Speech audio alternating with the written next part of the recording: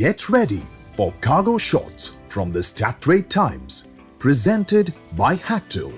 Here's a weekly roundup of the latest air freight and logistics news. Why are air cargo revenues reaching record highs despite softer volumes? Where is DHL placing its biggest bets? And how did Air India pull off a major mango export milestone this season? Stay with us as we unpack the biggest developments that shape global air cargo this week. I am Nikita Sebastian and this is Cargo Shots presented by HACTL.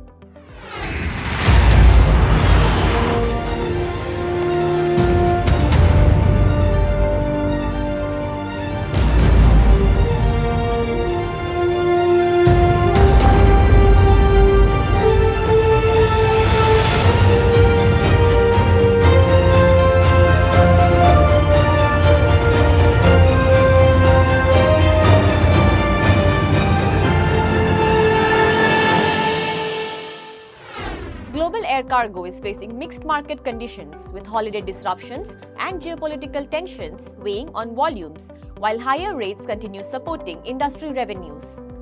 Global air cargo volumes fell 9% week-on-week in the week ending May 31, as holidays including Pentecost and Memorial Day disrupted freight flows, according to World ACD. Despite weaker demand, average air freight rates rose 2% week-on-week. Meanwhile, global air cargo revenues are expected to reach $162 billion in 2026, up 7.2%, despite volumes growing just 0.2% to 71.7 million tons, according to IATA. Higher fuel surcharges driven by a 70% rise in jet fuel prices are boosting yields, while Middle East disruptions continue to reshape trade routes. DHL is accelerating investments across key growth sectors, expanding infrastructure, sustainability initiatives, and specialized logistics capabilities to support evolving global supply chains and demand. DHL Supply Chain is expanding its Asia-Pacific data center logistics network with more than 160,000 square meters of dedicated infrastructure to support rising AI and cloud investments. The expansion includes new warehouse capacity in Malaysia and Thailand, alongside enhanced white glove handling and technical services for hyperscalers and data center operators. The company is also strengthening its European footprint, with DHL Group committing €160 million in France between 2026 and 2027 to expand logistics infrastructure, modernize operations, and advance sustainability initiatives. The investment includes warehouse expansion, fleet electrification, alternative fuel vehicles, cargo handling upgrades, and sustainable aviation fuel adoption, bringing DHL's total investment in France since 2018 to nearly €900 million. At the same time, DHL Group is targeting growth in the renewable energy sector, aiming to increase new energy logistics revenue from €600 million in 2025 to €3 billion by 2030. The company is expanding capabilities in wind, battery, and electric vehicles logistics through new services, battery hubs, and specialized infrastructure to support global energy transition supply chains. Emirates Sky Cargo will launch a weekly Boeing 777 freighter service to Kazakhstan from June 16th, making it the carrier's first cargo destination in Central Asia. Operating every Tuesday, the service will provide more than 100 tons of weekly capacity and connect Almaty directly with Dubai and Emirates Global Cargo Network. The launch supports Emirates Sky Cargo's wider freighter expansion strategy as demand for air cargo services grows.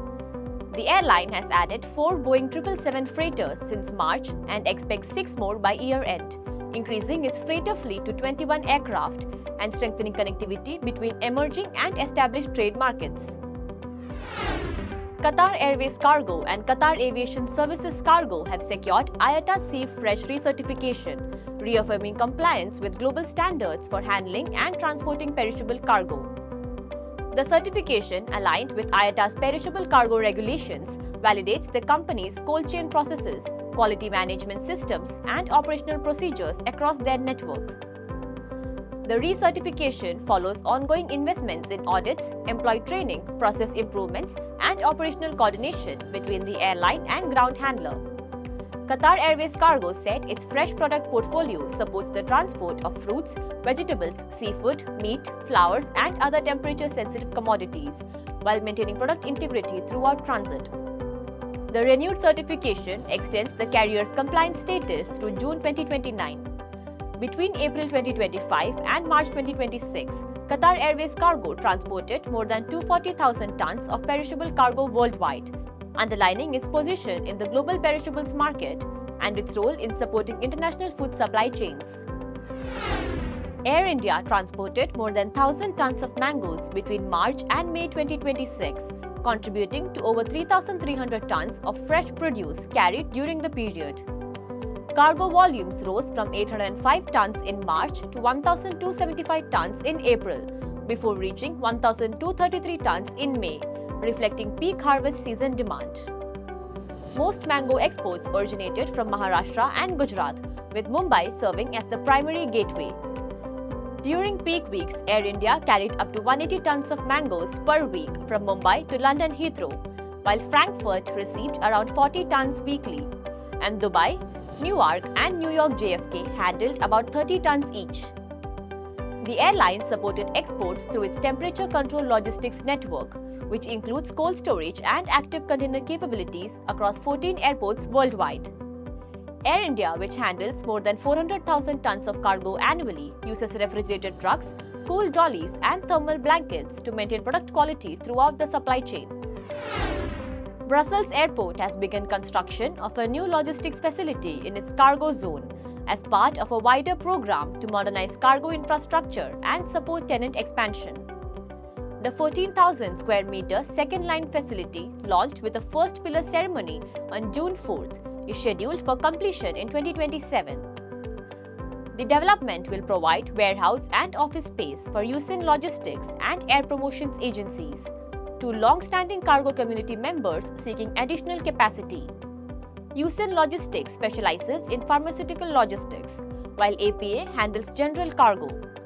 The project is intended to support their growth and evolving operational requirements. The new facility forms part of Brussels Airport's strategy to strengthen its cargo ecosystem and improve land use within the cargo zone. The building will incorporate solar panels, heat pumps, rainwater systems, and electric vehicle charging infrastructure alongside cargo handling facilities. Thank you for joining us on this week's Cargo Shots. Stay updated by hitting the subscribe button on our YouTube channel and visiting www.stattimes.com for daily news updates. We will be back next week with a new episode of Cargo Shots featuring more interesting stories.